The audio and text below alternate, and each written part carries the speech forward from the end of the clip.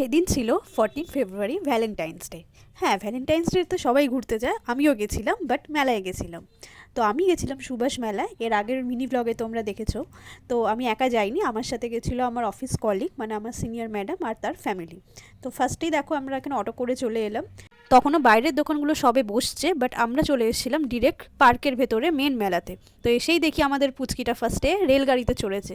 তো সত্যি এই মেমোরিজগুলো খুব ভালো লাগে। আমরাও ছোটোবেলায় ফার্স্টে এসেই আগে এই রেলগাড়িটাই চড়তাম, কিন্তু এখন তো আমরা বড় হয়ে গেছি, তাই চাইলেও এই রেলগাড়িতে আর চড়তে পারবো না।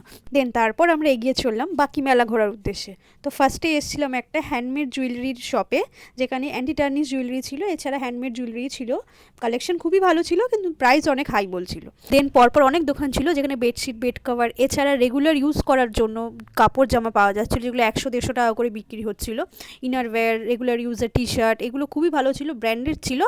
তো আমিও ওখান থেকে নিজের জন্য 100 টাকা দিয়ে একটা টি শার্ট কিনেই নিয়েছিলাম। দেন আমরা এগিয়ে গেলাম, এখানে 20 রুপিসের একটা শপ ছিল, বাচ্চাদের ক্লিপ, বড়দের ক্লিপ, ইয়াররিংস, হেয়ার অ্যাক্সেসরিজ, এছাড়া বাচ্চাদের নানা রকম স্টিকার, খেলার জিনিস, প্রচুর জিনিস পাওয়া যাচ্ছিল। তো এখান থেকেও 2-1টা জিনিস আমি নিয়েছিলাম। দেন এইভাবেই গল্প করতে করতে আর সব দোকান ঘুরতে ঘুরতে আমরা পুরো মেলাটা ঘুরছিলাম। আর অনেক দোলনা, বাচ্চাদেরও আছে, বড়দেরও আছে, এগুলো তো ছোটোবেলায় আমরা অনেক চড়েছি।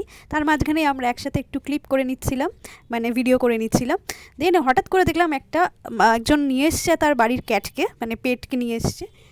আসলে এই মেলাটায় আমি আজ থেকে না, ছোটোবেলা থেকেই আসছি। পাশেই যেহেতু আমার পিসির বাড়ি, তাই ছোটোবেলা থেকে এই মেলাতে আমার আসা হয়।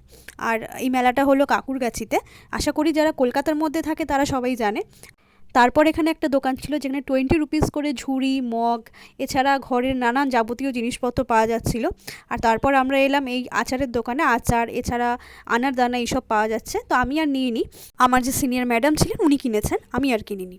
তো তারপর দেখো এখানে দেখলাম একটা ছোট করে ফাংশন হচ্ছে, বেশ অনেক লোকজনই এসেছে দেখছে। তো বাচ্চারা নাচলো ফার্স্টে, তারপর তাদের মারাও ডান্স করছিল। তো বেশ দেখতে ভালো লাগলো, আমরা কিছুক্ষণ দাঁড়িয়ে দেখলাম। দেন চলে এলাম আমরা পানিপুরির দোকানে। এখানে হলো সেন্সারওয়ালা ফুচকা, ঠিক আছে, জলটা সেন্সার দিয়ে বেরোয়। বাকিটা সবাই 1 প্লেট করে খেলেও খিদের চোটে আমি তো 2 প্লেট খেয়ে নিয়েছিলাম। তারপরে আমরা এলাম গজা, জিলিপি, নিমকি ভাজছে গরম গরম এই দোকানে। তো ম্যাডাম নিলেন, আমি নিইনি, কারণ আমার এগুলো একদমই ভালো লাগে না। তারপরে আমরা খেলাম ভাপা পিঠা আর পাটিসাপটা, এটা খেতে খুবই ভালো ছিল, টেস্টি ছিল। দেন আমরা এলাম এই বুক স্টলটায়। এই বুক স্টলটায় যে কোনো বুকই 100 করে পাওয়া যাচ্ছে। অবভিয়াসলি এগুলো পুরনো বই, বাট কালেকশন প্রচুর রয়েছে। তো আমি একটা বই দেখছিলাম, বাট নিইনি। দেন আমরা এখানে কিছুক্ষণ বসে একটু রেস্ট করে নিয়েছিলাম, আর অনেক ছবিও তুলেছিলাম।